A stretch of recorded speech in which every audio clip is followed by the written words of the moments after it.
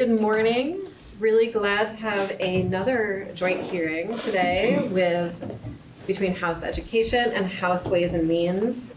We are joined today by folks who work throughout the field of public education, and we've asked them not to comment explicitly. We don't have any proposals on the table for anyone to comment on, and so they're not here to comment on specific proposals. But we're asked, what should we be thinking about, take into account as we dive deeper into the reform work that we're doing this year? Principles, key pieces of information, what the field needs of us. And so that's what we're doing here today. We will take a break halfway through. I think we have more people joining us on Zoom than originally anticipated, given much weathering happening, causing lots of things to happen in schools, Vermont, winter, etc. Okay. Anything you'd like to say, Peter? No, thank you very much. Great.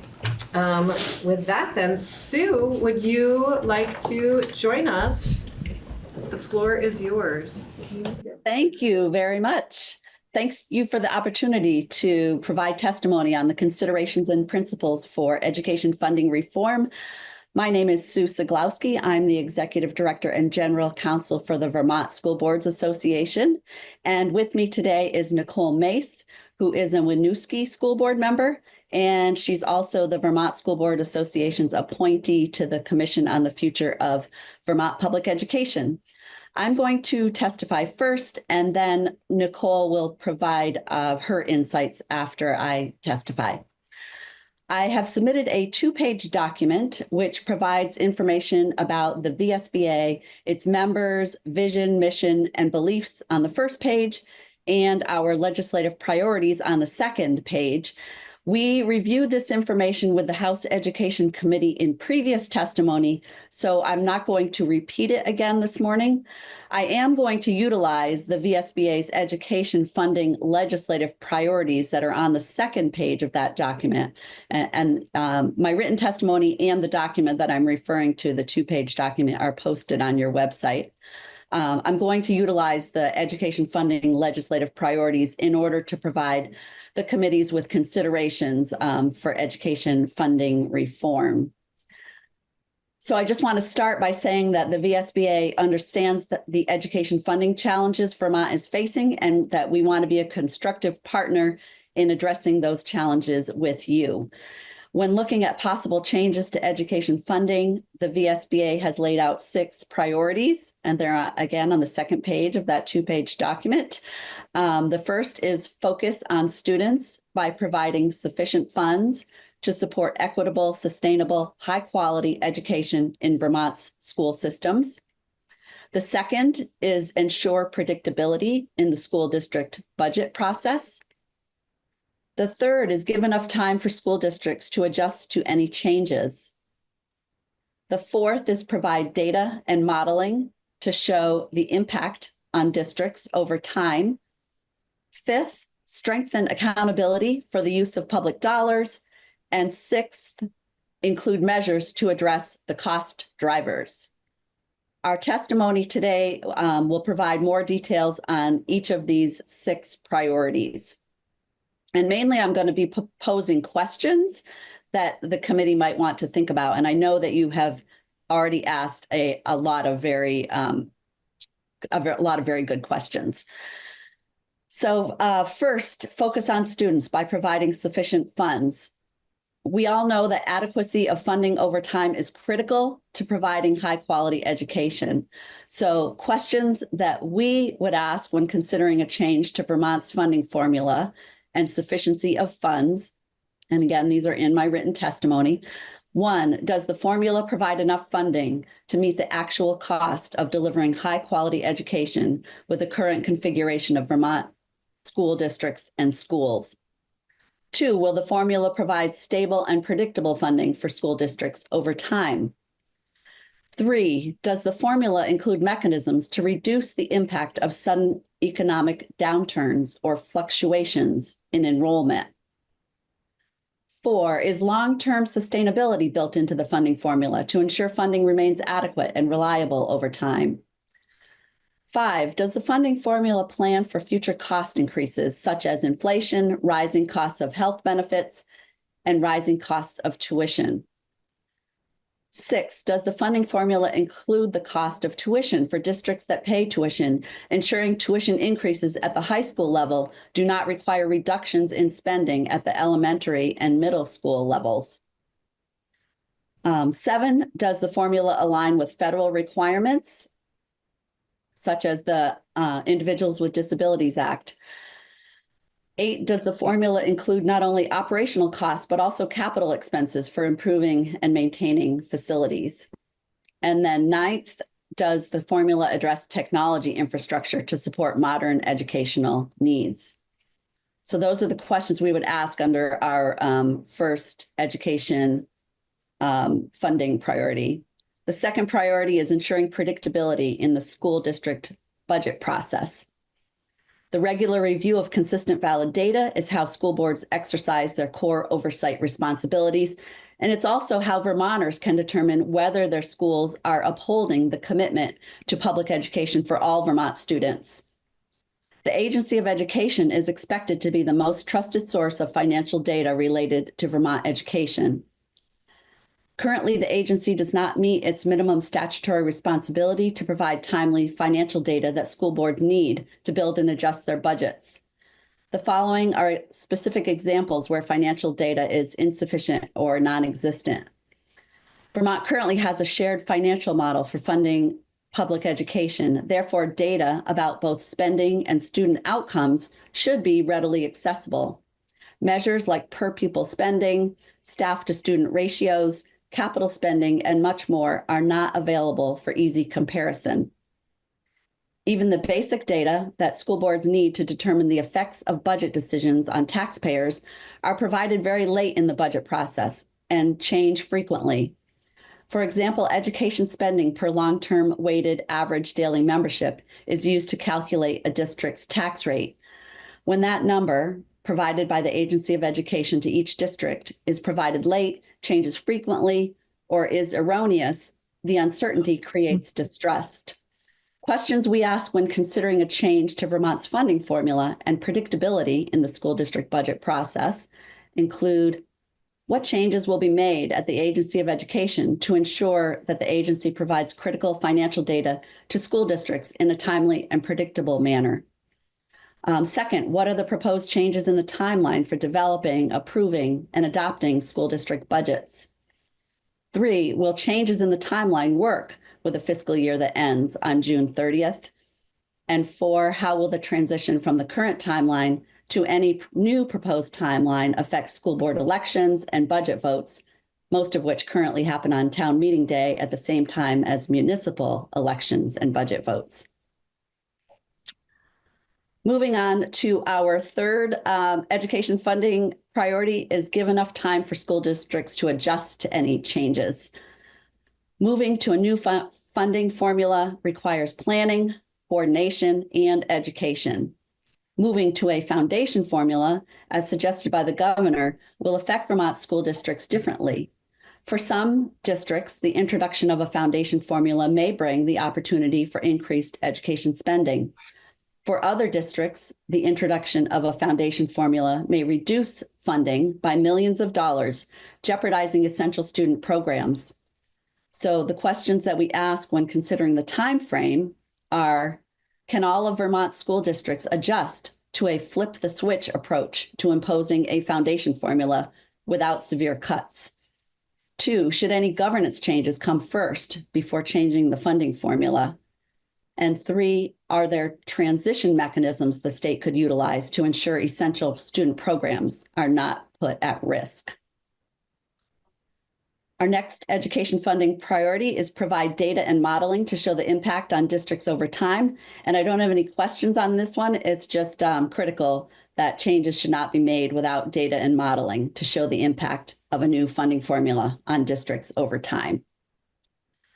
Moving on to strengthening accountability for the use of public dollars. We all know public school budgets are designed to be accountable and transparent in the use of public funds, ensuring that taxpayers can see how their money is being spent. School districts are required to follow strict state and federal regulations for financial reporting, and annual budgets are typically developed through a collaborative process involving school boards, district administrators, and community input. These budgets must be publicly presented, approved by elected school boards, and adopted by voters with detailed information made available to the public through budget meetings and reports. Public school districts undergo independent audits to ensure compliance with financial standards and publish financial statements to maintain transparency. This process provides accountability and transparency for the use of public dollars. Accountability and transparency is lacking for the use of Vermont's taxpayer dollars in private schools. When considering a proposed change in the education funding formula, questions we ask in this area include: 1, will public tuition still be paid to private schools? And if so, how will taxpayers be able to see how their money is being used in those schools? 2, what will the state require from private schools accepting public tuition in order to provide accountability and transparency for the use of public funds? And 3, how will the state ensure that public tuition to private schools complies with the compelled support clause of the Vermont Constitution? I'm getting to our last area, which is address the cost drivers. Changes to the funding formula will not be successful in reducing the cost of education without addressing the major cost drivers in school district budgets. One of the major drivers is the cost of public school employees' health benefits. The legislature could utilize the control it has by revising the statewide bargaining process for school employees' health care. We understand that this will be a difficult discussion, but putting it off will only make the problem worse. Through the current bargaining process, benefits have become so rich that school employees pay $0 in deductibles. These benefits are consuming a larger and larger portion of Vermont school budgets. In 2018, health benefits made up less than 10% of school budgets. Fast forward a few years, and it's now around 15%. If health benefits continue to grow at the current pattern, they will make up 20% of school budgets in a few years. To deal with this issue, school boards have to hold the line on the remaining parts of the budget. And the bottom line is healthcare is squeezing out other education initiatives. How will the state address the costs of these increasingly expensive benefits? Another major cost driver is school facilities. Many of Vermont's school buildings have reached the end of their useful life, as you all know, and the moratorium on state aid for school construction since 2008 has impacted school budgets. How will the state address the condition of school facilities in relation to funding changes? A more recent and very concerning cost driver is the increased need for student mental health supports so that students can access their education. Schools have taken on this expense as the need has grown. How will the state address the cost of mental health services and programs in relation to funding changes? And lastly, existing laws and regulations are cost drivers. Many of them were put into place without attention to how much pressure they would put on local school budgets. How will the state ensure that existing laws and regulations, such as Act 173 of 2018, are adequately funded? Getting near the end here, in addition to providing the considerations related to education funding priorities, I wanted to briefly highlight 3 of the Vermont School Board Association's core priorities. They do tie back into what we're talking about here. The first one is improve the capacity of the Agency of Education to meet its statutory responsibilities. Second, require the Agency of Education to expand and maintain a comprehensive data dashboard. And 3, restructure the State Board of Education. These were developed by a VSBA task force of school board members from across Vermont in response to longstanding challenges that have impacted districts' ability to realize their education goals, including their financial goals. In my written testimony, I'm providing a link to the full task force report. And there's, at the end of my written testimony, on the last page, there's a summary checklist. If you don't have time to read the full report, I would encourage you to take a look at the summary checklist on the last page of my written testimony, because any proposed education funding changes are inextricably intertwined with the Agency of Education's ability to function and provide leadership, data, and support. Thank you very much. And I'm happy to answer any questions or hand it over to Nicole Mace. Thank you. Thank you so much, Sue. That task force report, I really appreciate you including the hyperlink because when it sort of came out in the middle of the fall, and I think a lot of members didn't get a chance to see it, and it really represents some very important, valuable work that you all did. So thank you. Any questions for Sue before we? Okay, thank you so much. Nicole, do you want to join us? My name is Nicole Mace, and I'm testifying today in my capacity as a school board member and the VSBA representative to the Commission on the Future of Public Education. So I'm not representing either my school board or the commission in this testimony. Other roles that I've held relevant to this topic include serving as a general counsel and executive director of the VSBA during Act 46 and Act 173 implementation, serving as the director of finance and operations at the Winooski School District during a large capital project in COVID, and now as a school board member during the implementation of Act 127. Based on this experience, I offer the following considerations as you embark on an effort to design a new education finance system for Vermont. First is to be mindful of the complexity, and I know you are, but I think it bears restating often. The complexity of the system and the interconnectedness of finance. Commission's first report highlights this complexity and emphasizes the need to be really clear about the intersection of these three policy areas. Changing the funding system alone, as Sue said earlier, will not lead to lower costs for Vermont taxpayers, but changing governance and finance at the same time significantly increases the complexity of the task. My recommendation is the legislature map out exactly how these two components of reform will work together and be implemented in order to mitigate any unintended consequences and also to ensure appropriate supports and resources are in place prior to implementation. Which will come first? How will the agency be staffed to support the field? Will consultants be available to districts to support implementation like they were throughout Act 46? My second recommendation is to understand what guardrails need to be in place to preserve equity. The Commission has received some of the same presentations that you have seen related to a foundation formula, and it appears to be a direction under serious consideration. As a school board member from a district that has a very unique population of students and whose tax capacity increased accordingly under Act 127, it is critical that gains made for high-need districts not be eroded by changes to the funding system.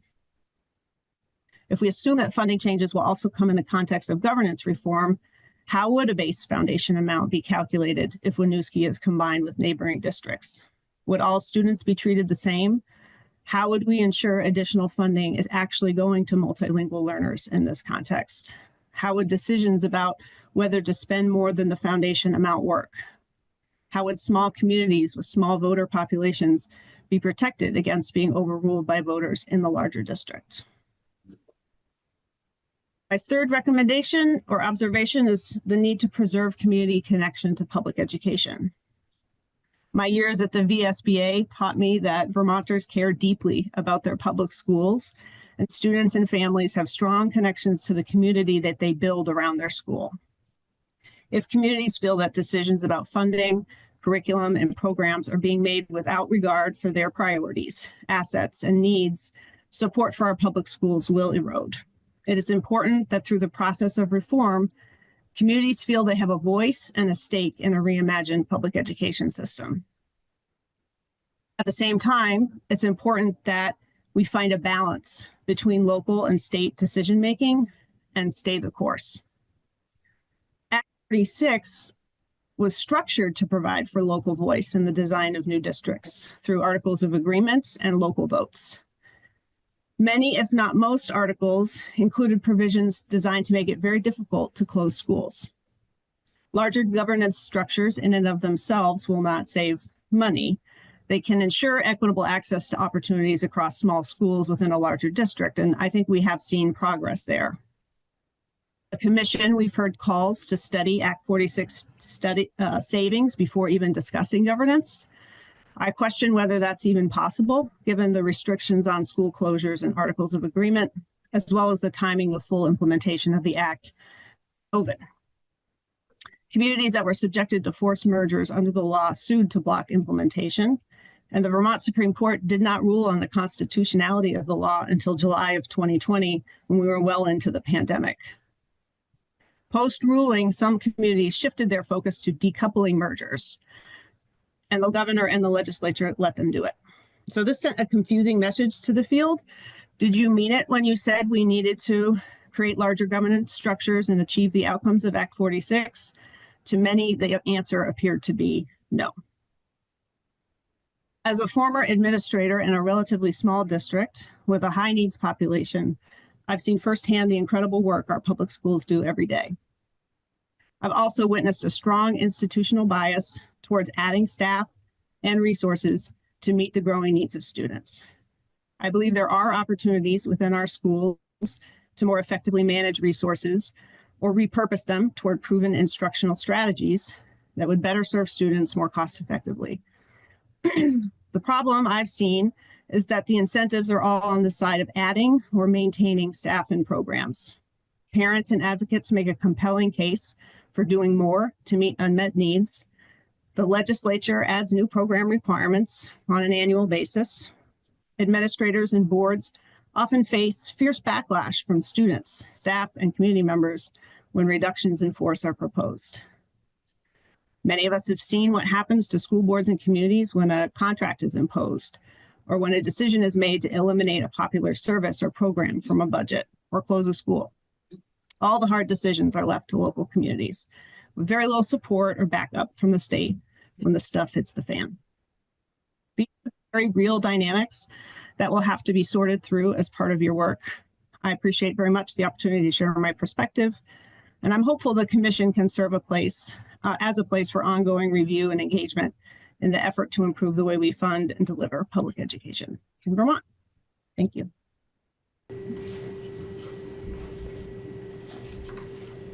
Thank you very much, Nicole. I really appreciate how you are reminding us of some very strong lessons from our past that we should be carrying into this moment. Any questions for anyone? Okay. Thank you very much for your time. Thank you. Jeff Fannin. Hello. Hello. How are you? Good morning. Thank you for inviting me to talk with you a bit about Vermont NEA's preliminary thoughts about Governor Scott's proposal to finance public education with a foundation formula. And I'll talk about some other things as well. For the record, my name is Jeff Fannin. I'm the Executive Director of Vermont NEA. And I would be remiss if I didn't start with a brief state of affairs in schools right now. Students are having difficulty recovering from the pandemic, and certainly younger students are in need of additional support services. This much is well known and reported. What is only becoming clear right now, as school budgets are being finalized in advance of town meeting day, is that there is likely to be between 300 and 400 layoffs of school staff if proposed budgets pass. So right now, we're anticipating 300 to 400 people will not be working in schools next year. School boards have proposed budgets that will have a significant impact on students and programs. And adding to this cut, the governor's proposed cut of the Universal School Meals Program is another blow to schools and students. The Universal School Meal Program is enormously popular with educators because it has removed the stigma from students and stopped schools and educators from being debt collectors. And we hope this awful proposal will be stopped, and that we don't think you should go back. We are still learning, however, about the governor's other proposal, the foundation formula. And what we have heard from the Colorado consultants and the Secretary of Education does give us pause. Of course, there's much we do not know, and we still have a lot of holes that need to be filled in. I'll start by saying a foundation formula is something many states and Vermont NEA's counterparts know and use with which to fund their schools. And what I've learned is, from chatting with my counterparts, and this isn't really surprising, and I think Sue touched on some of these, at the outset, the amount needs to be well thought out and realistic. Indeed, the governor's proposal would proposal would cut spending by $184 million. That's a lot of layoffs of school employees.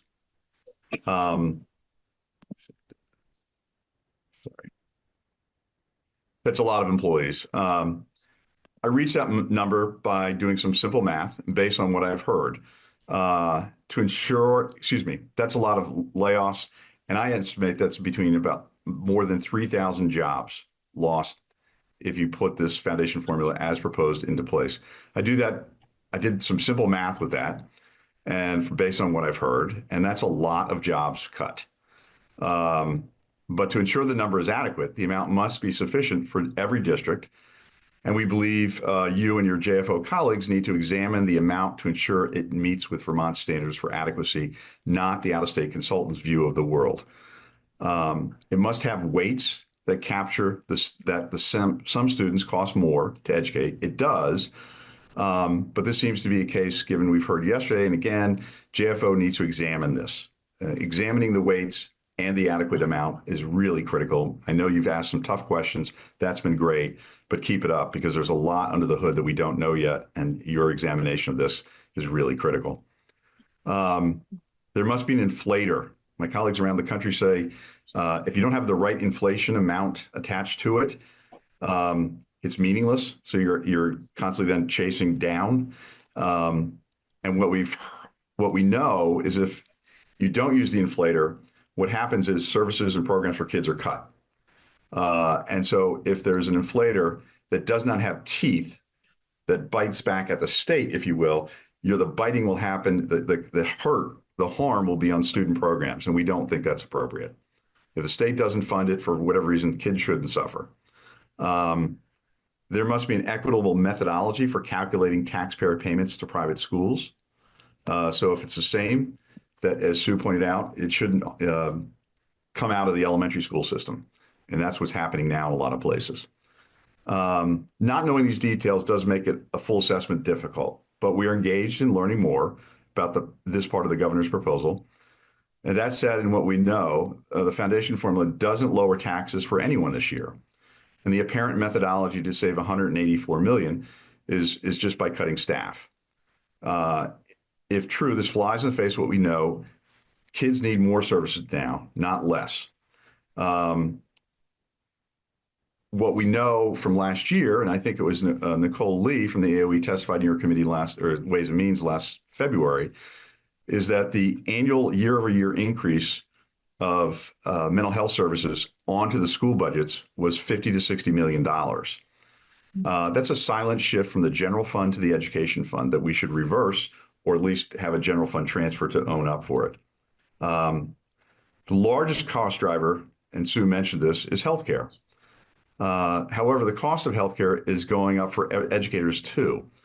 It's not the statewide healthcare bargain that's the problem. We hear about that. Educators now paying 20% of their cost of health insurance. And that's what VSBA, VSA, VPA, and the governor saw it in 2017. So that 20% is ever increasing for school employees too. And we hear a lot of school support staff in particular, so-called work for healthcare, which is to say their take-home pay is minimal. Instead, please address the cost driver of that, which is the cost of hospital care. And as you may have seen recently, the Blue Cross Blue Shield letter from the CEO, Don George, they also believe that the problem is hospital cost. We believe there is a solution that other states have enacted, which you could consider, which is reference-based pricing. I know it's being discussed in other committees, but I believe there's an openness to this review, and we really want to support that. This would actually lower the cost for both sides, if you will, the school boards and the school employees, if we had reference-based pricing. And it's done that in other states, and it has worked. Additionally, Vermont Entity does have a proposal that would lower property taxes for 50,000 Vermont working class households right now. First, adjust the income sensitivity cliffs for inflation. It's long overdue and would save 50,000 households $50 million right now. Next, please evaluate what is coming out of the Ed Fund. As I noted earlier, mental health services are increased year over year, 50 to 60 million.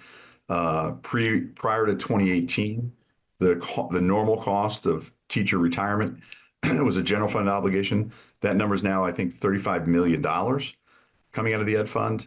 Since 1947 to 2018, that was a general fund obligation. And lastly, we think you should abolish the residential property tax and move to an income tax. I've said that innumerable times, but it's worth repeating. What we know in doing some examination of voters very much support their local schools. Overwhelmingly, they support their schools. What they also overwhelmingly rejected is how they pay for those schools. That's the property tax. It's the most hated tax in the state, as we all know. And moving to an income tax would be fair and in a much more equitable way to pay for education. We think you should move in that direction. Vermont schools are, in fact, doing an incredibly great job when it comes to educating students. Students are coming to schools with ever increasing needs. And we just need to examine how we can do that better. Of course we can, but kids are coming with needs that 20, 30 years ago, that was not part of the education system. And teachers are meeting that, but they're not school counselors. So schools are having to hire people to do that work. And it's tough. It's tough work, but they're doing it. They're up to the task. So I'm happy to answer any questions and stick around or be around in the building in future days, tomorrow most likely, but couldn't be there today. And thank you for letting me testify via Zoom. Thank you very much, Jeff.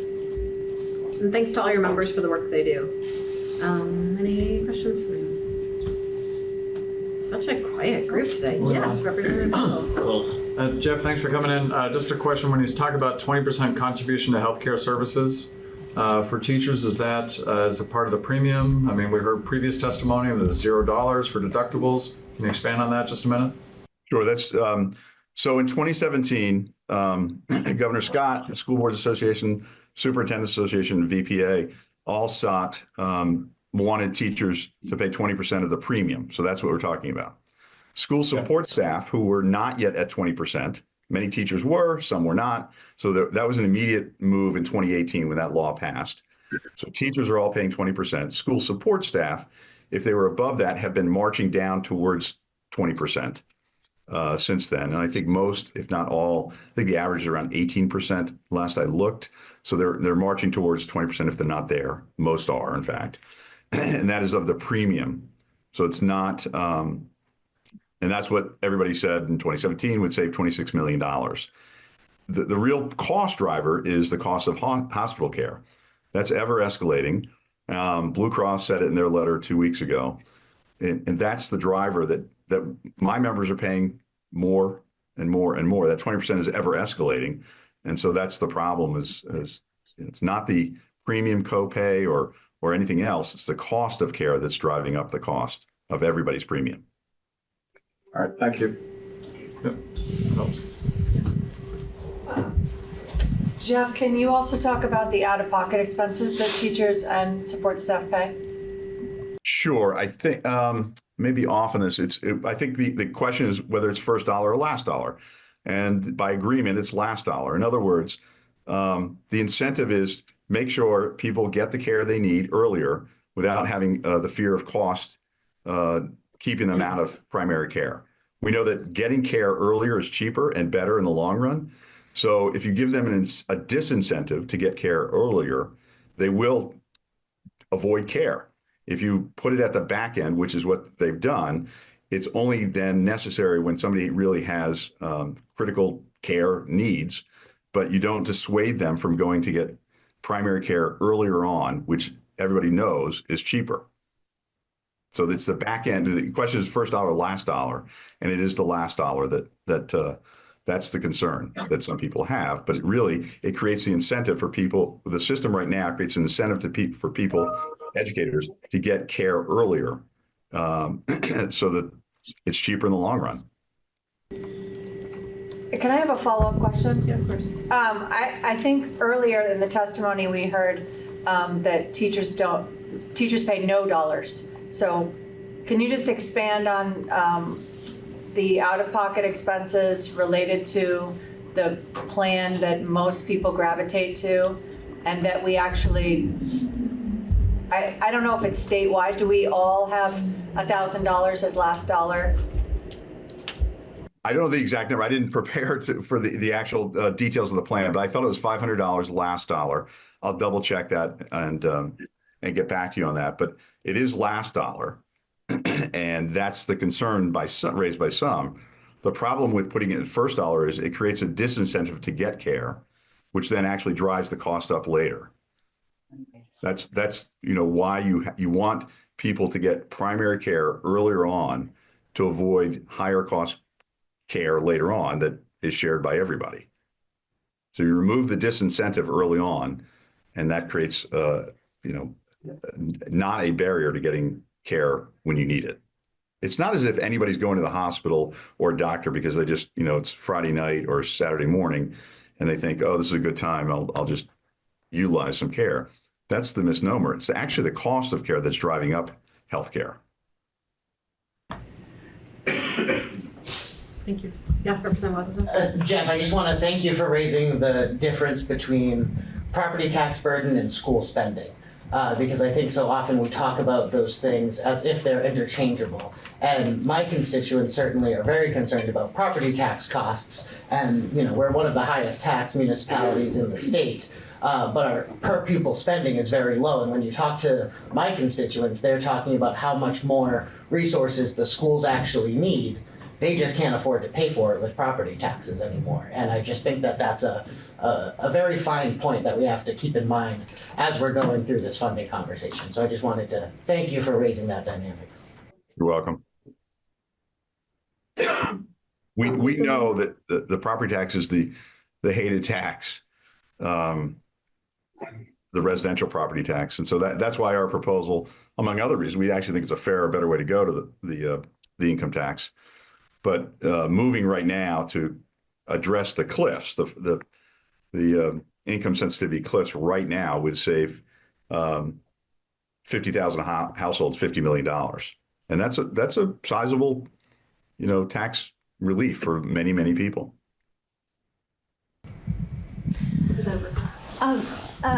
Jeff, could you talk about what you think about non-residential property tax? So property tax paid by businesses or second homeowners, where does that fall in your proposal for how we would restructure taxes? Well, but certainly we've talked in the past about the need to examine the non-residential rate. In other states, they have multiple non-residential rates. I'll call it that, and we could do the same here. Should a business who's employing people, providing service, if you will, to the community, pay the same as somebody who's got a third home, multiple home, and a vacation home? Should their tax rates be the same? And I think the answer to that should be no. So you could separate the non-residential rate for businesses, for second and third homeowners, multiple homeowners, and other things that you saw fit to do. So I think that the non-residential rate should be examined as well. Okay. Thank you very much, Jeff. Thank you all. Before we go to Jay, I'm wondering if Sue is still there, because I have a question that came to me a moment ago, and I believe that Representative Holcomb does as well. Thank you, Sue, for hanging in with us. Sorry that we're not being very linear here. In the testimony you provided that you read out loud as well, you asked if there are transition mechanisms the state could utilize to ensure essential student programs are not at risk. I would love to hear examples or ideas for that if you have them, or if not, to get back to us with examples or ideas for that. I think it's an important part of this conversation. Yes, I don't have specific examples, but I am happy to try to find some for you or come up with some ideas. That would be fantastic. And Representative Holcomb. Thank you. Sorry, I thought we were waiting till the end. I just wanted to ask you, because I understand that several districts have modeled the application of the proposed APA weights on funding in their local budgets. And I was wondering if you could speak to what they're finding, but also can you tell me if any districts have modeled using the AIR numbers and what they're seeing when they compare? I don't have all of that specific information. I've heard from one district that did the modeling. I don't have the specifics of how they conducted the modeling, but what they were seeing was that they would need to do significant cuts. I think it was like $24 million over 2 years to their budget. And I can try to get information from other districts, but I don't have, sort of a sampling from around the state. 2 follow-ups. As a general strategy, we need some kind of transition plan. It appears the transition plan on the state is to fund at those levels and then maybe use one-time money to buy it down, as opposed to starting at a higher cost level and stepping it down as any savings are received. Do you have a comment on those 2 approaches to transitioning, one way or the other? The VSBA board is meeting on the proposal next week, and so I think I'll be able to provide more comments after that, but I don't have a comment on that currently. Sorry about that. No, and just so folks know, I very specifically asked when we were preparing testimony for this to ask people that we did not need comment on the proposals explicitly, given that there's so much still that needs to be shared and understood about the details of it, and the details matter so much. And so they really came to us with sort of considerations for reform rather than Can I ask reflections. one more Yeah, of course. consideration reform that is rooted in the proposal, but it's different? I mean, one thing we did see was an acknowledgement that when we have a scale issue, when students, for example, choose to go to CTE, it does sometimes impose a scale issue on the sending high school. And there was an acknowledgement of that by funding the high school with $5,200 for every CTE student who opts out. Are there other factors that reduce scale that we ought to be mindful of that are creating pressure, particularly for some of our rural high schools, that we need to keep in mind as we think about this, given that apparently factors that erode scale are a challenge? I'd love to be able to come back on that one as well and give that some thought. Thanks, Sue.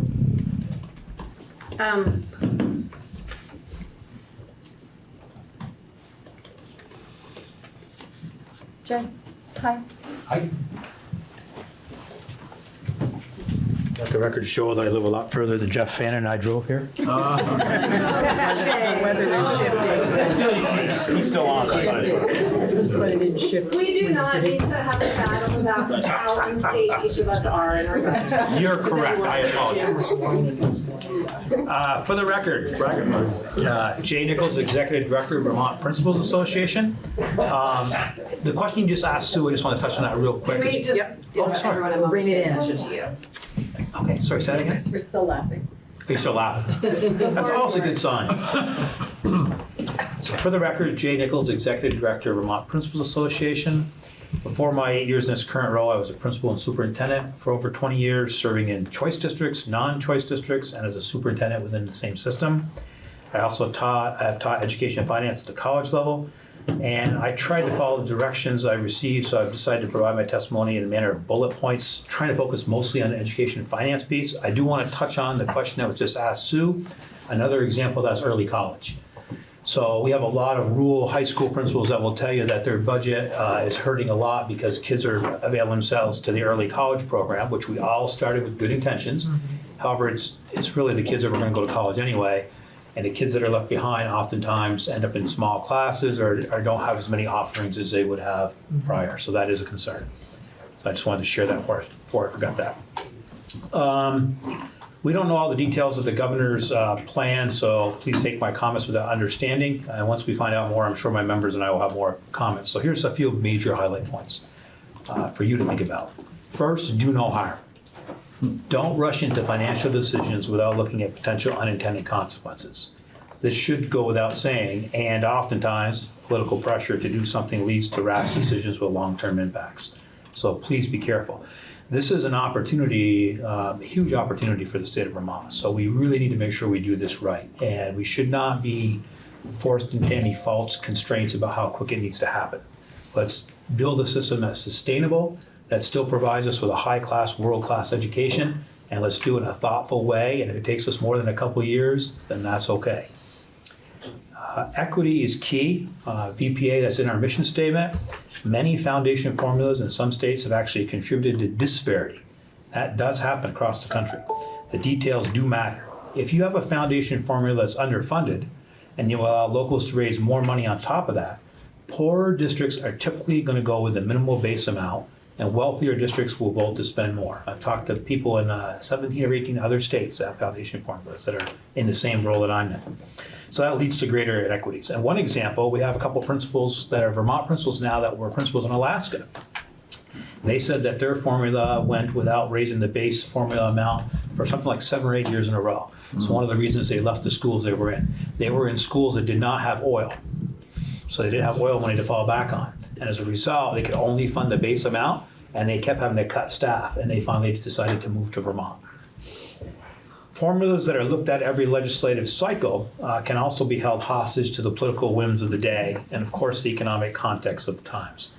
A formula would need to have an appropriate base education amount, appropriate weighting for higher costs to educate students, and some type of inflationary index built into the law so that future General Assemblies don't underfund public education.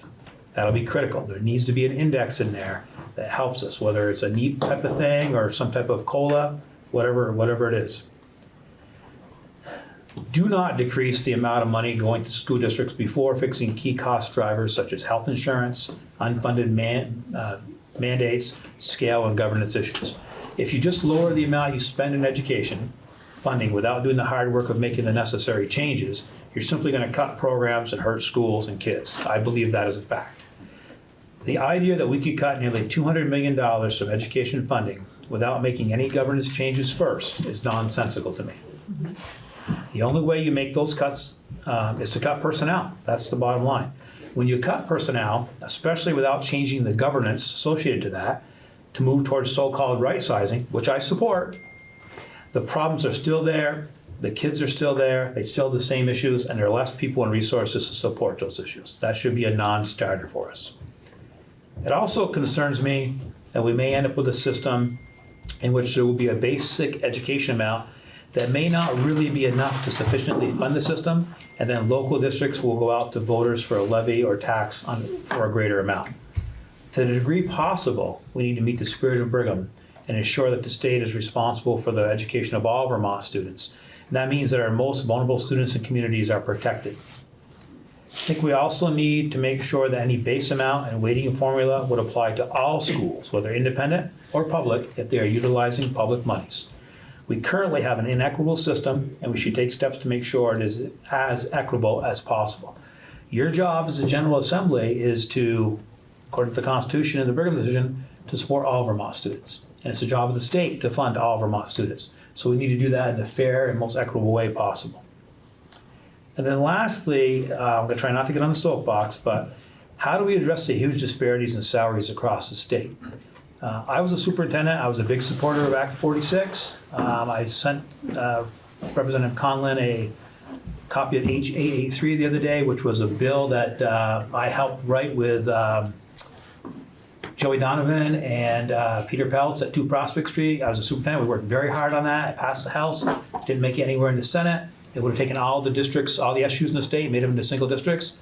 I still think that's the way to go. Maybe even combining some of those new districts, because I think the management of anything else is going to be untenable.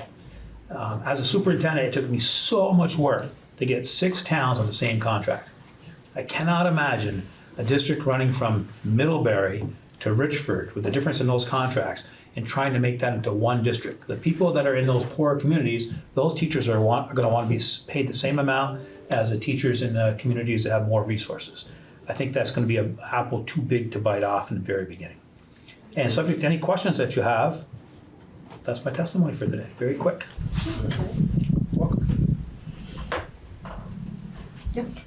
In your conversations with colleagues from other states, we heard from you and Jeff about an inflator or an inflation index built into the formula. Does that exist in other states that you know? Yes. Okay. Yeah, in fact, it exists in Alaska. They just choose to not do it. Interesting. So General Assembly can say, we don't have the money this year. And that is one of the concerns about a foundation formula. And, the reality is we do fund education different than anybody else. We are the one state that people locally say, this is what we need, now state, you need to pay for it. And that is tough. And it's certainly worth having the conversation of whether we should change that and go to some type of foundation formula. But if we do that, let's make sure we put in some really strong safeguards so we don't gut public education like what has happened in a lot of other states. Thank you. I really appreciate you bringing up the dilemma of early college. I work in one of those small schools where our senior class is like 2 kids on campus some years.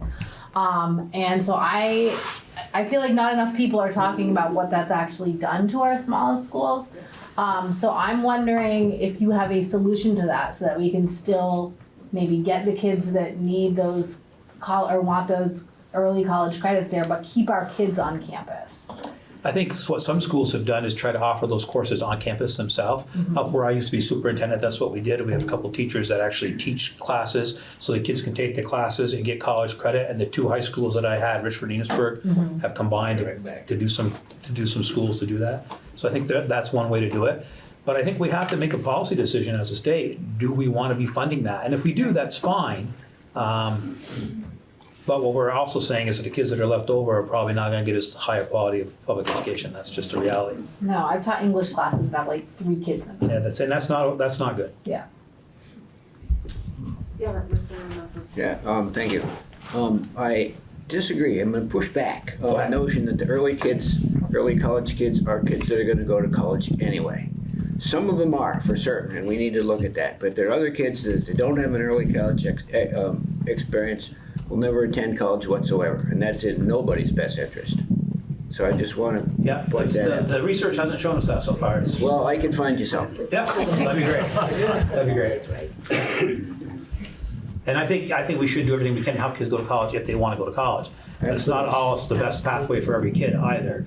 And we do have a lot of kids that we're paying for to go to college that would go anyway. That's all I'm saying. I think there are quite a few different ways that towards very clear and sometimes wonderful policy goals, we are imbalancing our schools. And I think we need to do that work very much. Right. Yes. And across the spectrum. Well, first of all, just in terms of college exposure, we do have the dual enrollment program as well. We do. One of the issues I think that is the hardest is that in order to right size, we need fewer school buildings. If we are just combining SUs into SDs, but really keeping our current structure in place, that has proven to be a very difficult process to ask of school boards and to ask Frank, and we made it basically impossible by having articles of agreement that allow it. How do we address the ability to right size while maintaining much of what we currently have as our system? So first of all, I'd get rid of articles of agreement. And small town people are going to be, I know my email's going to blow up. But I just think that's where we're at. We got 80,000 kids. And we've got to do something different. So I would have the boards the boards of authority would have the right to make decisions to close schools if they need to close schools. And then I would not just go with the SUs becoming SDs. That'd be a first step. And then I would look at what's an efficient number. I've always said 2,500 to 5,000. Now, that's just based on national research. Maybe you could do more than that. Maybe you could do larger than that. I know Chelsea's done some research on, I think it's like 10,000. She can talk to you about that. Once you get above that, you start sometimes getting in a diseconomy of scale in terms of achievement scores and results for kids. But we could certainly have these new smaller districts urged to join each other, especially if they had a board that could actually make decisions. And I think you'd see some decisions like some schools would close. Right now, a small school of 25, 30 kids can just say, no, we're not going to close. Our articles of agreement say we don't have to. Unless the community votes to, the rest of the district is held hostage. And that's hard. It's hard work. Yeah, I'm in a bit of a position. I would say that it's still very hard to have a unpaid group of volunteers make that decision locally. And I don't have an answer. I'm not quite sure what the answer is. The General Assembly could do that too. General Assembly could say, these are the new districts. And they could say, we're going to make you all SDs, and we're going to combine any town and every town SDs. You're going to now become Alta Town SDs, and you got 5,000 kids, and this is the pathway to do that. General Assembly has the authority to do that. You give stuff to the municipalities. And the school districts are basically municipalities. You can do the same thing with towns. You could say, we're not gonna have all these towns anymore, we're gonna have, that's a whole nother. Sorry. All right, that is the hearing. We're reminded that we can do whatever we want. That's right. You have a lot of authority. You have the there. You really legal do. authority. Yes. Representative. Yeah. So I think these are really hard conversations, and there are always things that we can impose. There are also things that communities can do locally, and I don't want to identify any regions, but I've had a couple of regions reach out to me, and what they're talking about is it's very hard to achieve scale if you're running 2 K6s in different communities 4 miles apart, but that you can get some significant scale if you run a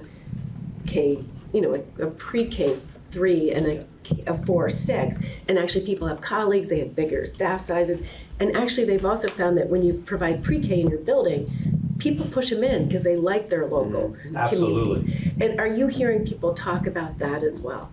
Yes, Because but part of it is we have too much infrastructure, but part of it's we're not using our infrastructure well because we're spreading our kids out all over the Right, universe. but I think of at least 2 cases off the top of my head where principals and superintendents together have tried to do that and have been told no by their local communities. Because I don't want my 6-year-old being on the bus for 30 minutes. I want her to go to the school that's in her neighborhood. Yeah. So that still is It's there. real. It's real. It's real, it is real. But not all communities, sometimes it's 10 minutes. Yes. Yeah. Yeah. And there's a lot to be said for if you've got a class of 3 kids or whatever, kids don't learn that way well either. Oh, they hate it. It's not a good experience. Yeah. If I could follow up on all that, and I realize we're supposed to be talking about funding and not about policy, and I apologize very quickly. Now I've lost my train of thought. It was along those lines. We keep coming back in our committee when you're talking about class size minimums, and frankly, that's class size minimums, Yeah. which really seems a tool to move in that direction, especially moving in the model that you're talking about, where maybe the school building number doesn't change, but the groupings of children within those school buildings can actually achieve the kind of scale that we'd like to see. That was a statement, not a question. I highlighted my own rule. Right, yeah, right? It's a policy lever that you have control over that you could utilize. Thank you. Did you have something, Erin? No, I was just Okay. policy and funding are, I don't know that we can Yes. separate them so cleanly. But I'm sorry, but I have to perseverate this because I do, because it is about scale, right? It is about scale. And when you have schools that are sitting within 10 minutes of each other that are competing for students based on class size, how do you get to scale? Because if you increase your scale, you lose students, that closes you. So how do we crack that nut? I think the way you crack that nut, I think you already know the answer. I think it's bigger governance systems that are controlled by a board. It's just a question of what's that right size.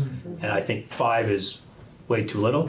Maybe 52 is too many, and maybe we end up somewhere in the middle. We end up with 35 or 40 or something along those lines. And again, I think if you decide what are the parameters, maybe you say 2,000 to 5,000 or 2,500 to or whatever. I think that would help guide you towards that work over time. But it's not going to be a simple answer. Last thing I forgot to say, mental health. I was talking to the executive director of Alabama, and I've told this story a couple times. We were talking this last summer, and I was telling him about the money that we spend on mental health and having therapists and stuff. And he goes, "Well, yeah, we do that in Alabama too." I said, "Well, it's such a draw on the ed fund." He goes, "What are you talking about?" Right. I said, "Well, It's not paid. we pay for it out of the ed fund." He goes, "You do? That's stupid." So we aren't comparing apples to oranges. When I talk to other people, they're like, "No, we don't pay for mental health out of our ed fund. That's paid for out of the agency human services budget." So just thought I'd share that. Thank you. I don't know if you can answer this question, but I'm just thinking that the way we educate students really has remained basically the same for a very long time. And with advances in technology and society and everything else, do you see there could be other ways of delivering education or educating students that's more efficient or different or better? Is there anything from your association where you've seen some of those, where you could say really innovate deliveries? A little bit through like Vermont virtual learning and things like that. I was a big Michael Horn follower, big believer in disruptive innovation and stuff. And then we had the pandemic and we tried it and boy did it fail miserably. So I think some people, if they're really motivated, older students, especially college students, can really learn a lot online. think it's very difficult for younger kids not to have that face-to-face interaction from what we've seen and what the researchers showed us. They said during the pandemic, 6 or 7% of the kids actually benefited from going remote. But that means like 93% didn't. That's a great question. Okay. Thank you, Madam Chair. What do you consider as unfunded mandates? Well, I'll give you an example, and this is something I think you should keep doing.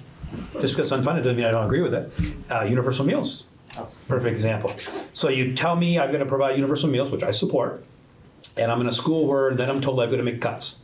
But I can't cut universal meals because that's a mandate that I have to do, so I cut a reading teacher instead.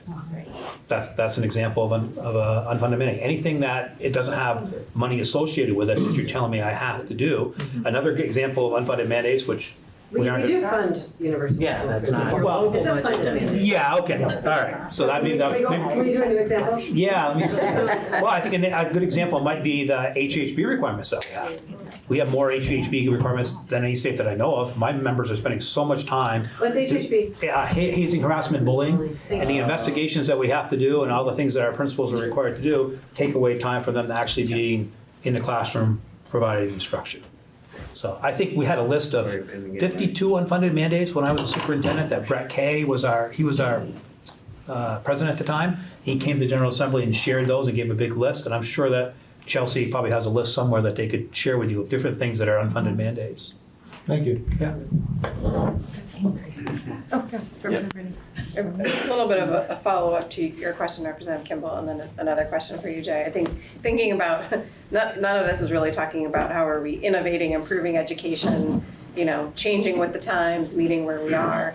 One observation I have, and I think I've heard this from the field too, is that certainly as a teacher, I have felt this acutely since the pandemic, especially this sort of crisis mode operation from the pandemic to the sort of whiplash after it, to the political environment we live in, executive orders rolling out quickly in schools, is that, and the instability of funding, and so much of our conversation being about funding, or what we're seeing on the ground, just staffing. Am I gonna have enough people to open the building that day, or subs, or what am I combining? That we've lost instructional leadership, and I raise it only because I think that's particularly at your level. That's, in an ideal world, principals are truly instructional leaders and pushing and innovating, and I have certainly felt, and I'm about to hear from my superintendent, not because of, anything in that district, but because of the overall swirl we're in right now, that kind of instructional leadership, it's much more just sort of operations, emergency, sort of responding to things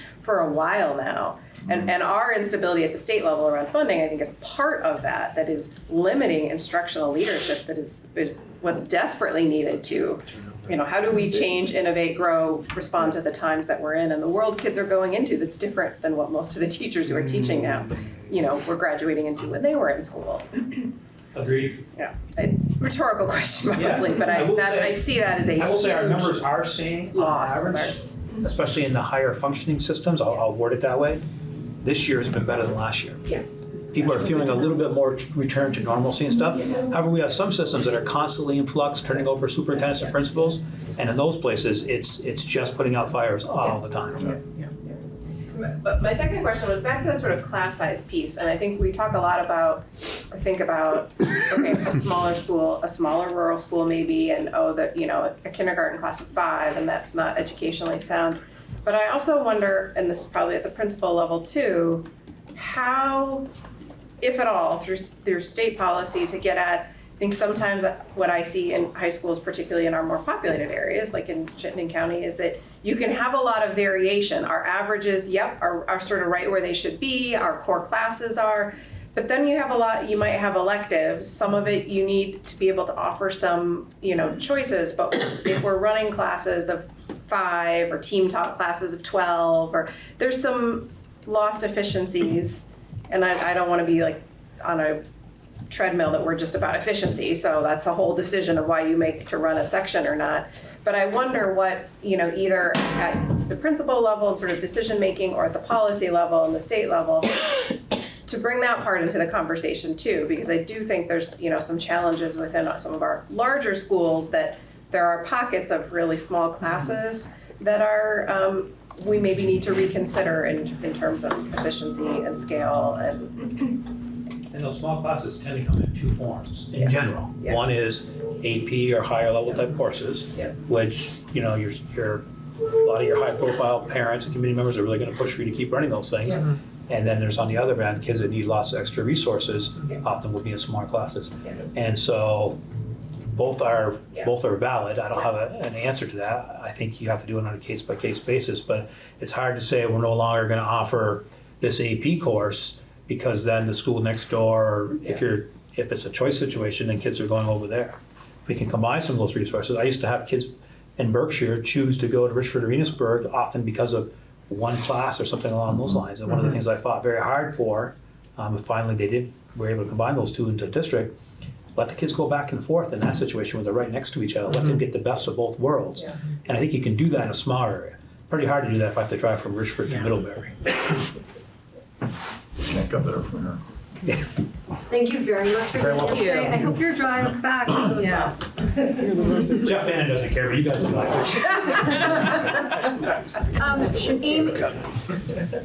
Amy, do you mind if we take a 15-minute break before we hear from you? I know you have some time restrictions. Works for me. Okay, great, thanks. So we're gonna take a 15-minute break, folks. We will be back here at 10:25. We are back here with our joint hearing on education finance testimony. Yes, we should. From really broad swath of the field. It is 10:25 a.m. and very grateful to Amy Miner for joining us today and taking the time out of your workday to do that. Amy, thank you. We're actually going to do joint testimony. Is it okay? Yes, I'm so sorry you told me that already and I forgot. Chelsea, thank you for sitting in the chair. And I will try to not block Amy. You're not. Here. Okay. For the record, Chelsea Myers. I am the new executive director at the Vermont Superintendents Association. For those of you who do not know me, I have a background in educational neuroscience research, education policy, and classroom teaching, and have been with the association for about 6.5 years. And I'll introduce my colleague, Amy, or I'll let Amy introduce herself. Thanks, Chelsea. For the record, my name is Amy Miner. I currently serve as the president for the Vermont Superintendents Association. I also previously was a high school science teacher. I served as an assistant principal for 5 years, a high school principal for 10 years, and now I am in my 9th year as a superintendent. Thank you for having me today. And before we get started, I wanted to answer, someone on this side of the table asked about unfunded mandates. Hi. I was over there, I couldn't see who asked it.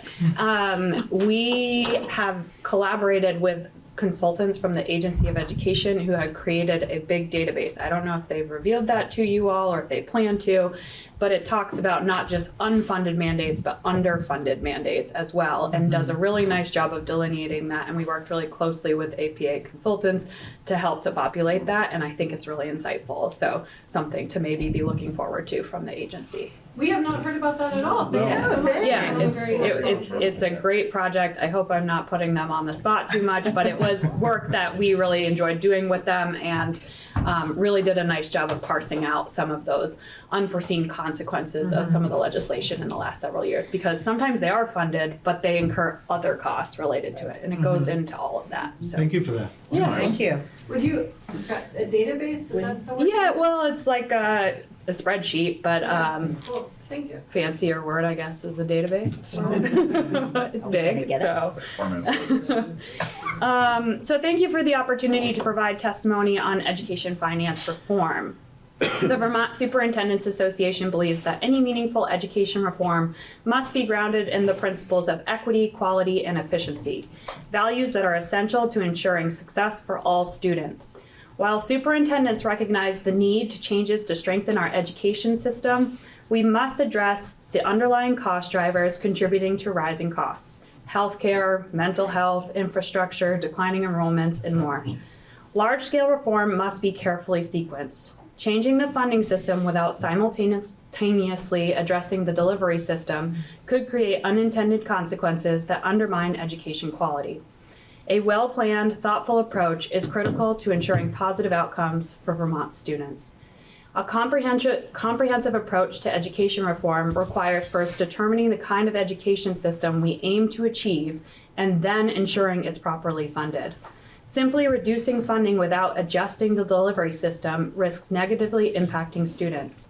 Superintendents are open to discussing a foundation funding formula, recognizing that the current weighted per pupil spending range of approximately $10,000 to $18,000 is inequitable. However, we have concerns about discussions of models that assume a shift toward a delivery system that may not serve students, educators, and communities effectively. Specifically, we would like to highlight key considerations regarding district size and staffing assumptions. Bless you. While Vermont must continue to explore ways to improve efficiency, including reducing the number of districts, we have questions about the rationale behind using the existing superintendent regional meeting structure as the basis for the proposed 5-district model. These regions were established by superintendents for the purpose of monthly meetings, not as a framework for an optimal statewide education system. Last week, we provided House Education Committee with research and Vermont-specific context regarding instructional scale. The Agency of Education has stated that their funding proposal is contingent on the 5-district model and subsequently their projected cost savings.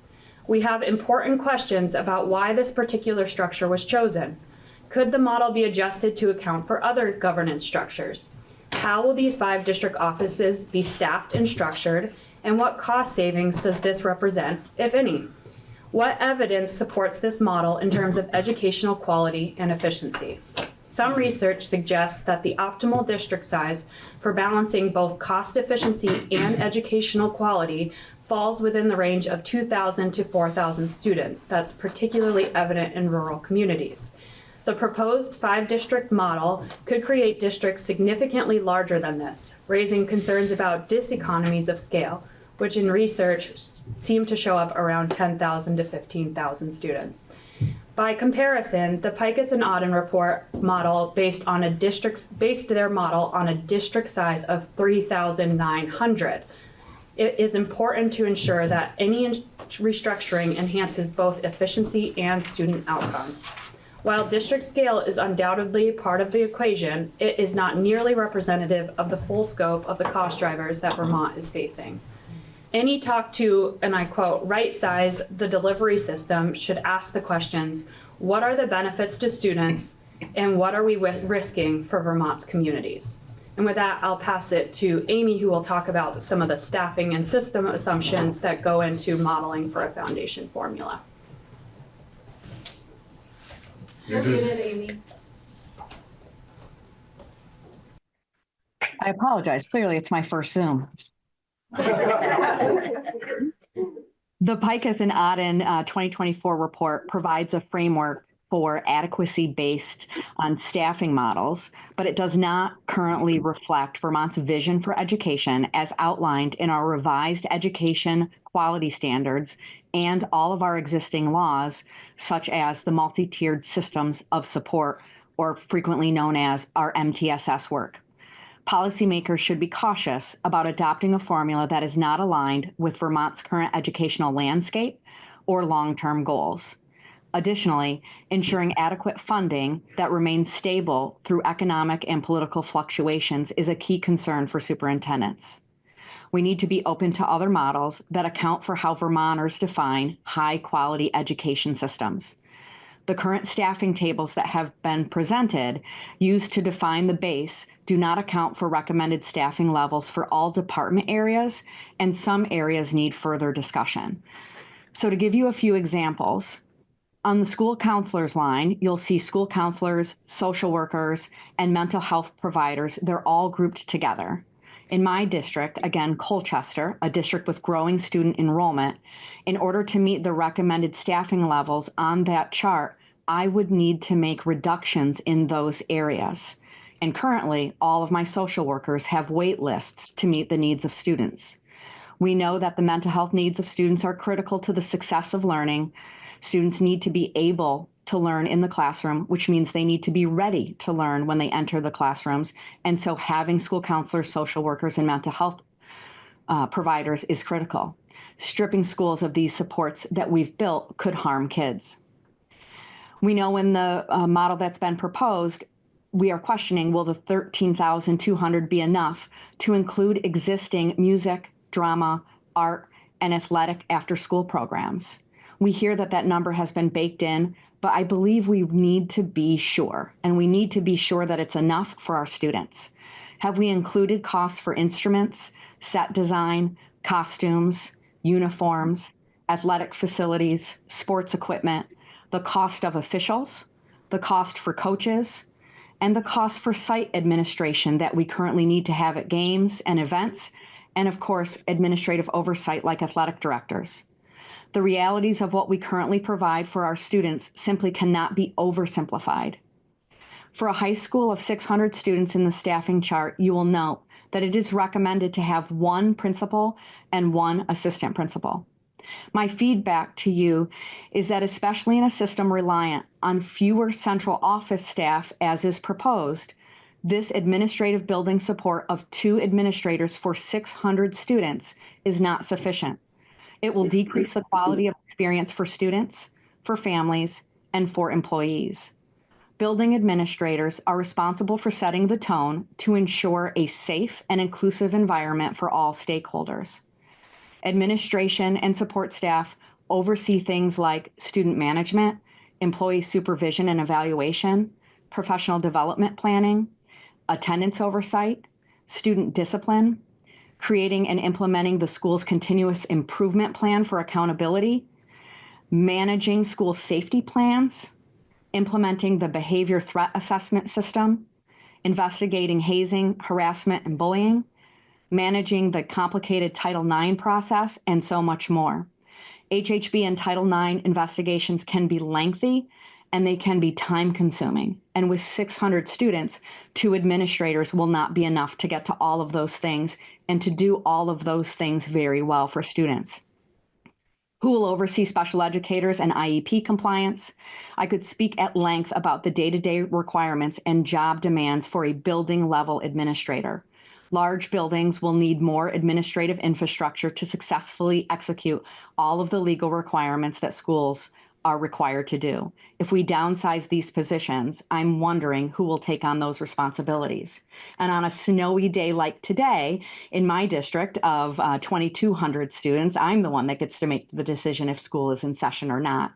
If I became part of a 34,000 school district, I would bet it would be the local building principal that then would also need to wake up at 4:30 to join the weather Zoom to then make that decision to ensure that they've made the right decision for their district.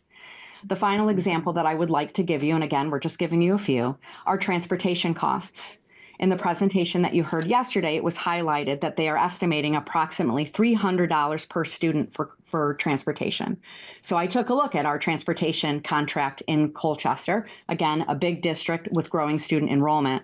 We currently run 20 school buses. And if I just look at the transportation costs to and from school, the cost for each bus per day is $427. If I define the cost of my transportation contract by my number of students, that turns out to be $690. This does not include specialized transportation for students that may qualify for that. It also does not include any transportation costs for field trips that happen during the year or any transportation costs that we would provide for co-curricular activities. I'll turn it back to Chelsea. To conclude, we encourage these 2 committees to continue working together to align education policy with funding policy. As Dr. Tammy Colby recently testified, how will you define and measure equal opportunity or educational adequacy? This is a fundamental question that must be answered before moving forward. At this stage, we do not believe the current proposal fully accounts for what Vermont strives for in providing equitable and high-quality education for all students. We urge the committees to explore alternative scenarios that consider various perspectives on both the current delivery model and the future direction of the education system. We appreciate the opportunity to engage in this important discussion and look forward to working collaboratively to develop a funding model that supports Vermont students, educators, and communities. Thank you. Thank you. My first question is, you both gave very detailed, very helpful testimony, and I wondered if you could send it to Sorsha so we can reference it later. Sure Thank can. you. Running a little behind Some schedule. numbers Didn't in get it there, up Amy. in time. Thank you very much, appreciate that. Does anyone have a more detailed question? Yes, Representative Kimball. Sorry. Thank you. You both pointed out the problems of having a district so large. And I guess wondering if you have recommendations as to what would be the right size district. Is it the 3,900 that Pike has recommended? Is it different in every part of the state? Just thoughts. So when we testified last week to the House Education Committee, we recommend setting a minimum range of 2,000 to 4,000. Within that range would be up to you all, but that is based on what we found in the research as being best practice. And yes, there are some serious considerations that need to be given for geographic necessity and for infrastructure needs more generally. So just back of the napkin or back of the envelope, how many school districts does that end up with? About 40. Okay, thank you. That's at the smaller end of that scale, so Yeah. it could be lower than that too. 20 to 40. Yep, 20 to 40. Thank you so much for your time. Wow, Really you all appreciate it. gave me the easy time and Jay the hard time, I guess. So thank you, I appreciate that. Came with attitude. And you shared a lot of really helpful testimony last Friday Yes. in the education committee that I think has helped. And I know that I've reviewed your testimony from House Education last week, and I hope other members of Ways and Means will do that in their own time.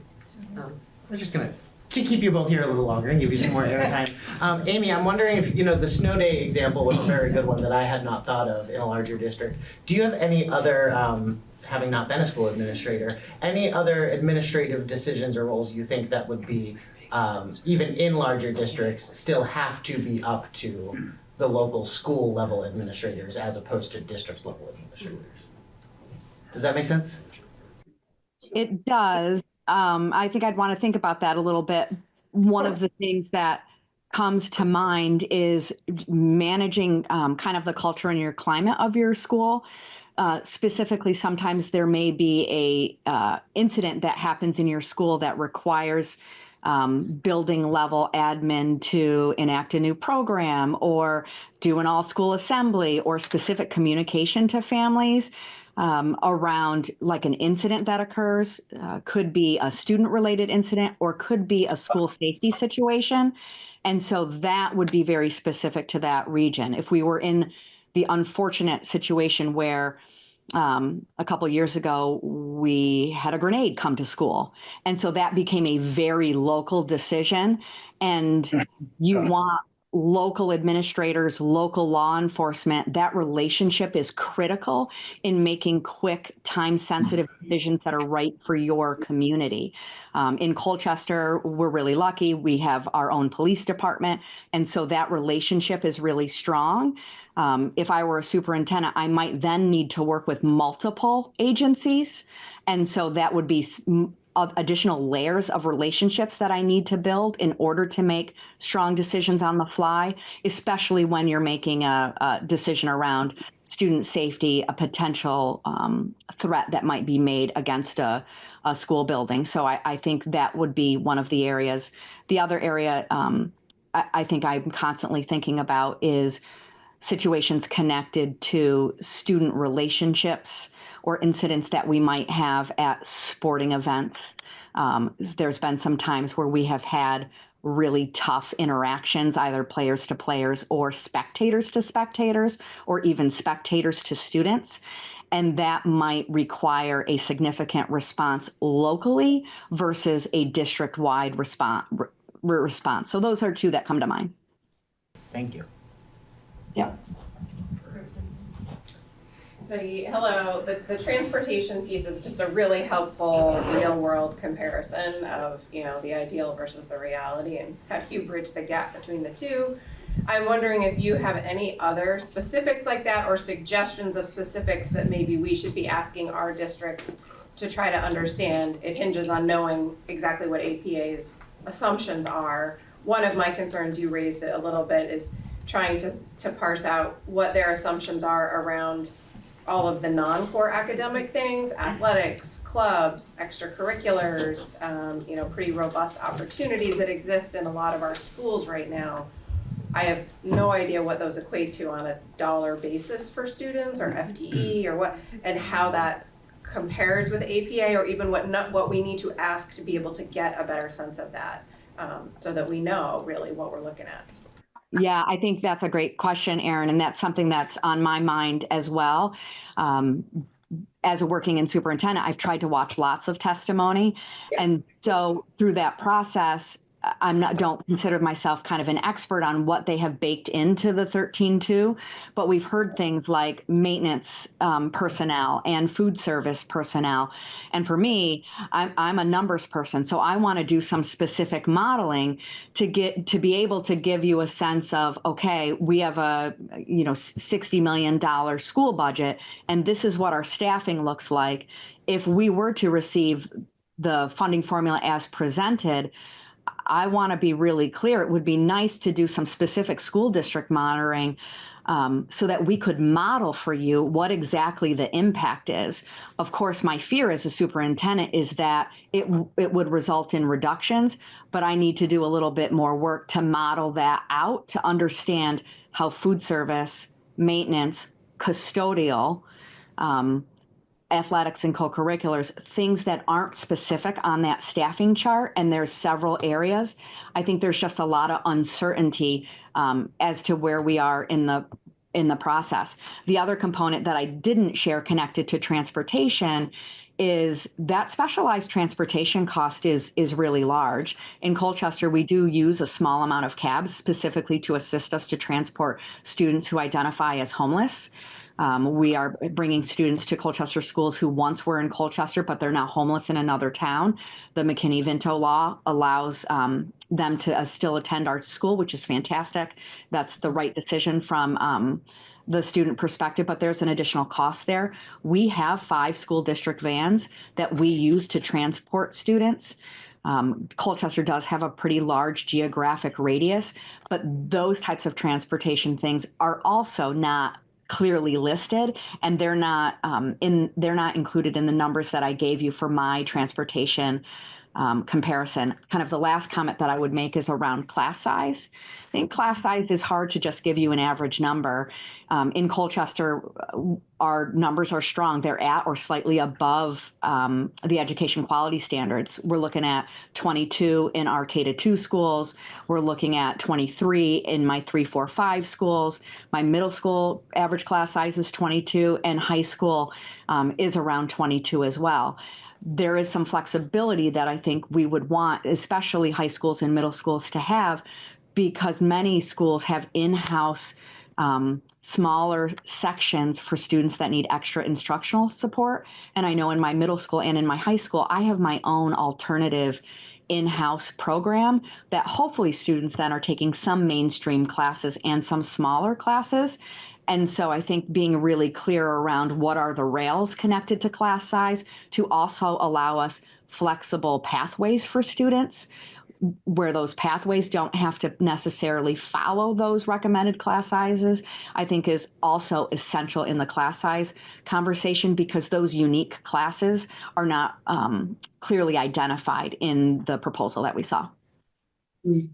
I'll just also add, we have a great working relationship with VASBO. You're going to hear from Heather next. I feel like that question is a project that we'd be happy to dig into more and really look. We just haven't had the time or all the information yet to do that. But I'm going to speak for Heather because I think she'll agree with me that we'd be happy to get together a little bit of a task force or something along those lines and tease that out a little bit more for you all. Thank you. Yeah, thanks for coming.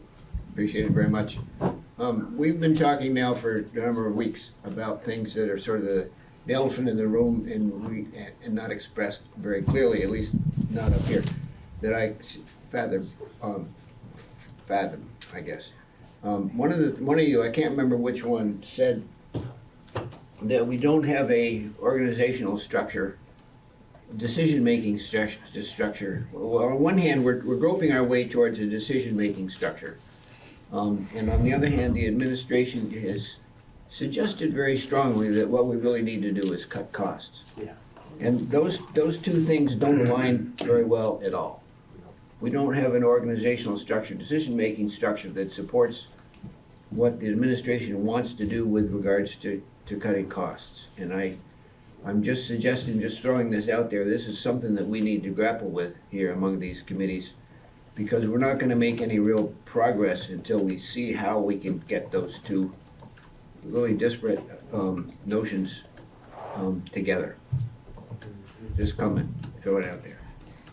You all have a tough job in front of you. Well, that's why you hire us. We're happy to help though. And you all have very tough jobs too. Yeah. Yes. Thanks for being part of that. Yes. Thank you. Thank you. Cool. That's what I want to talk about. Heather, I believe you are. She's there. I think we just speak. Great. Heather, are you with us?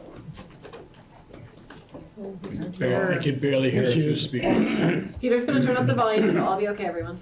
How about if I get really close to the computer? Is that any better? You don't even have to do it. We can just turn up the volume on our end, Heather. Okay, Great. Thank you so much for joining us. of course. Thank you for having me. And for the record, Heather Bushy, I am the current president of the Vermont Association of School Business Officials, or VASBO. And I also am the director of finance for the Essex Westford School District. I have been with the district for 5 years now, and my background before that was in public accounting, and I also worked for a good part of my career in healthcare.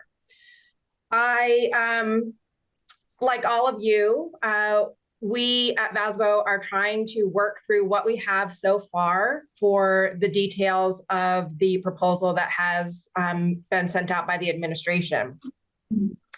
And we have lots of questions and things that we're not entirely clear on in the proposal, but we do absolutely acknowledge from VASBO the benefits of district consolidation, and we do support exploring options to improve educational opportunities for all students. We believe that any decision regarding the optimal number of districts and their governance should be data-driven, factoring in educational quality, efficiency, student population density, transportation logistics, economies of scale, and community impact. As you heard from some of my other colleagues, VASBO also fully supports the reconfiguration of supervisory unions into unified school districts. As working with many of my colleagues who are in supervisory unions, we know that they are complex, administratively very inefficient, and impose a lot of burdens on those districts.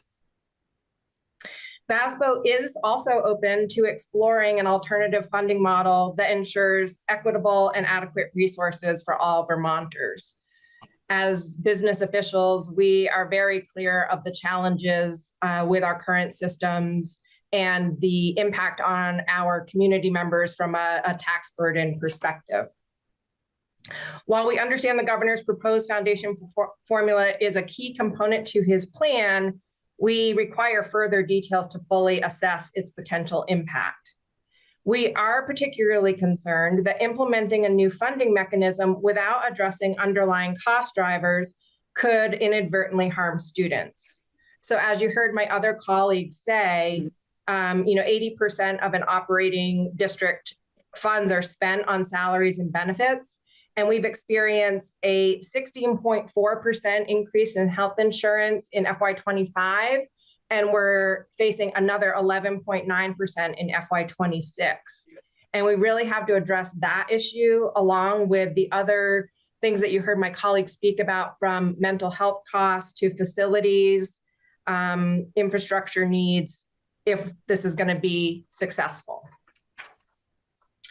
We look forward to receiving a comprehensive explanation and a financial model of the governor's foundation formula impact. As Amy said, we too have not seen a detailed model of this. And if Amy is a numbers person, you can imagine all of our business officials are ready to dive into some sort of a spreadsheet and be able to look at the impact of that. We are very interested to understand how the proposal will address some of these critical questions. How will we transition to a foundation formula? And will there be a hold harmless provision at all included in the plan? You might say, well, it's 5 districts. There's going to be a huge cost reduction as proposed. And so why would there need to be a hold harmless provision? But I would state to you that I have done modeling on this, what we have for information. Obviously, there's some assumptions in here because we don't have all the details, but I have done modeling and some of my other colleagues have done modeling. And for some districts, this foundation formula means a significant loss in funding. And even if we are one big district, if Champlain Valley School District, Essex Westford School District are experiencing losses of funding, we certainly cannot go to my colleagues who are wonderful, and I know they are very generous, but I can't expect that Franklin Northeast and my colleagues there would be willing to give up some of their funding in order to cover the deficits in Essex Westford and Champlain Valley. So it is a reality that this funding formula does have some gaps in it. And how are we going to transition to that without having serious impact on our students? How will the foundation amount be adjusted in the future so it can deliver ample resources over time, regardless of economic shifts? Will districts be allowed to spend over the foundation formula? We've heard a lot of talk about that. And if so, we have concerns about how equity can be ensured so that we're complying with the Brigham decision under that type of an arrangement. And then what will budget votes look like in communities under the foundation formula? The transitions associated with Act 127, the last minute fix of Act 84, and what resulted out of that in our budgets last year taught us the importance of really thoughtful implementation. And VASBO strongly urges that any changes to operational procedures include sufficient lead time, and we should require robust financial modeling that involves partnership with district leaders to avoid unintended consequences. Finally, we appreciate the governor's efforts to alleviate funding pressures this year, which provide an opportunity to explore systemic changes to education funding. However, we caution that shifting funds from general fund to reduce property taxes may be counterproductive if it leads to cuts in other vital programs, particularly universal school meals and mental health services. Such reductions will just exacerbate the challenges that schools and students are facing on a daily basis. Thank you for the opportunity to speak with you today, and I welcome any questions that you may have. Thank you.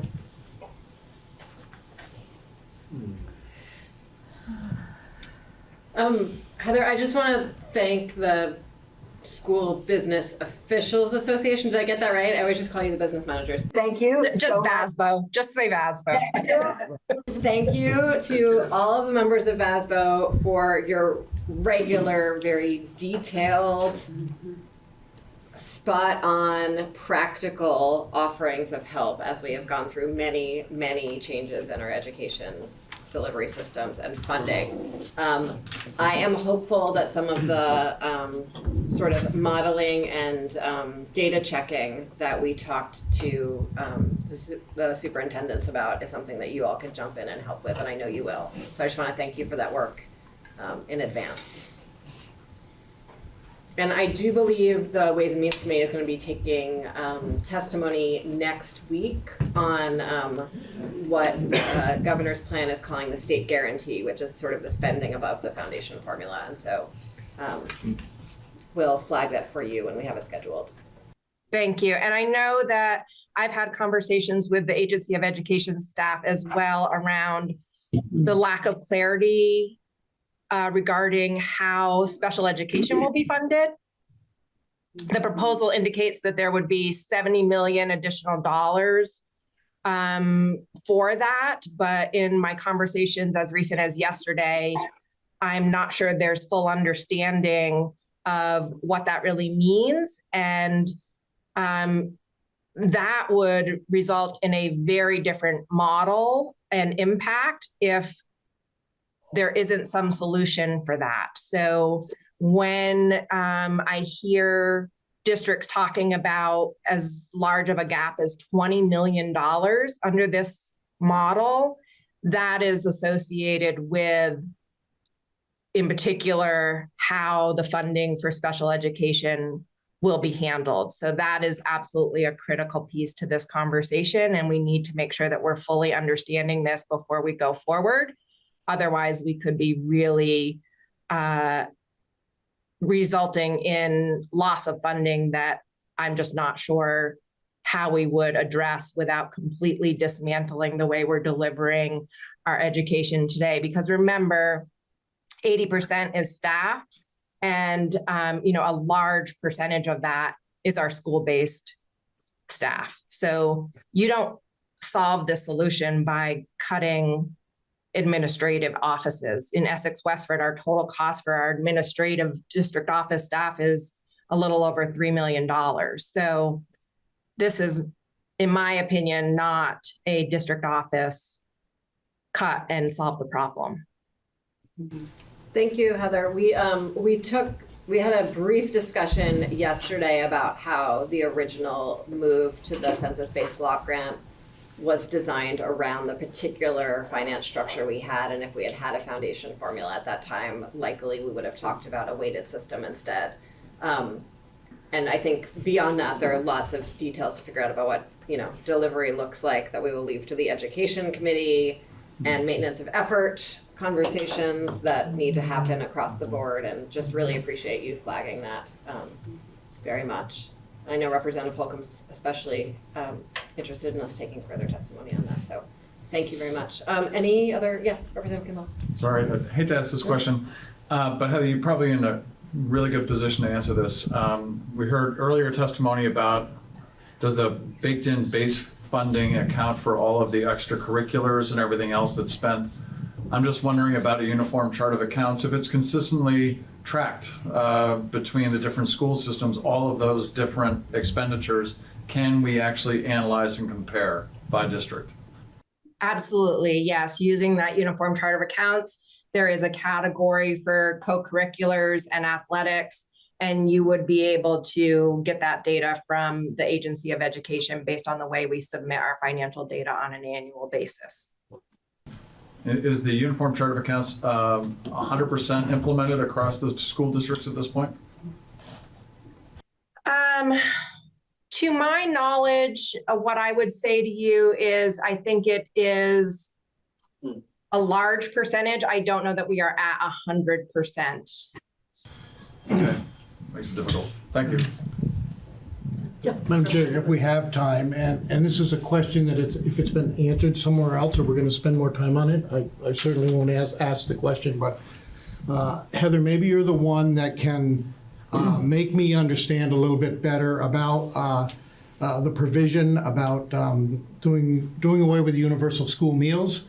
Again, prior to pandemic, there was a process for free and reduced lunch. Last year, the amount initially was around 28 million, I believe, 28, 29 million. Now it's down to around 18 million. I guess, why is there such a decrease in that amount going forward? And what is the real issue with going back to a free and reduced lunch program? Heather, you are welcome to answer that, and we are going to take further testimony. The Agriculture Food Systems Committee took significant testimony on this, are sending us all a memo about their testimony, and then we'll dive into the numbers if needed from there. But okay. Heather, you're also absolutely welcome to answer. Yeah, I would say as far as what the estimates were versus the actual, didn't have any part in those. So I don't know why there was such a discrepancy between the original projections versus what actually panned out. So I can't answer that piece. But what I can say is I know in the original rounds of testimony, Essex Westford students were people were involved in some of the testimony and really got up and spoke about the stigma associated with a free and reduced lunch model in the way in which it was originally constructed. And I think that, I would encourage people, if that testimony still exists, to go back and watch that. And I know that our students really spoke powerfully about the change that has made for them, moving from free and reduced the way it used to be to having free meals today. And I know that my child nutrition director is involved heavily in, and you may actually hear from him when you take that testimony. Thank you.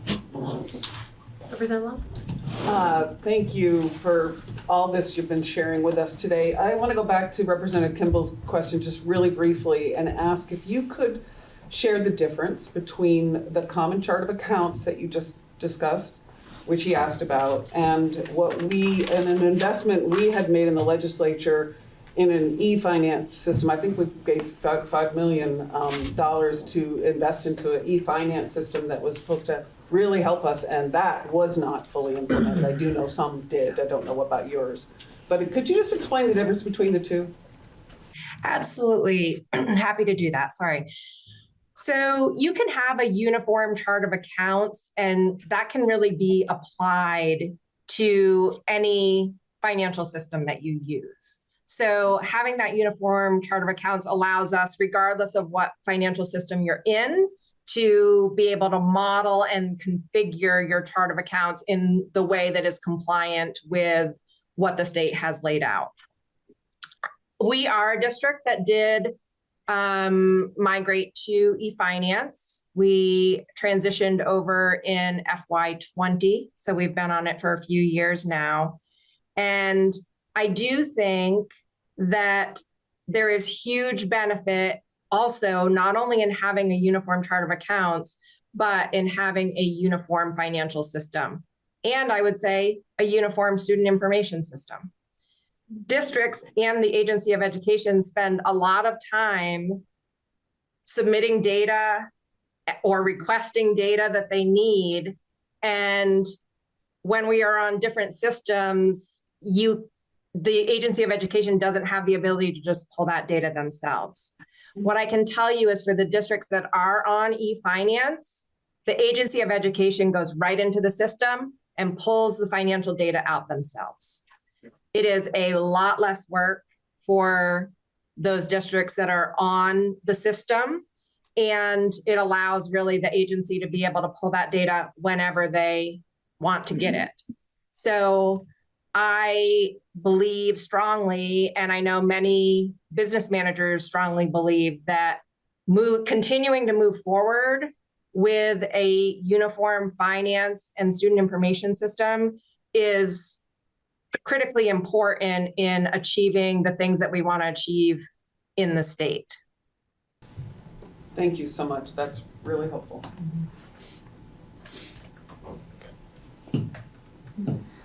Thank you, Heather. Absolutely.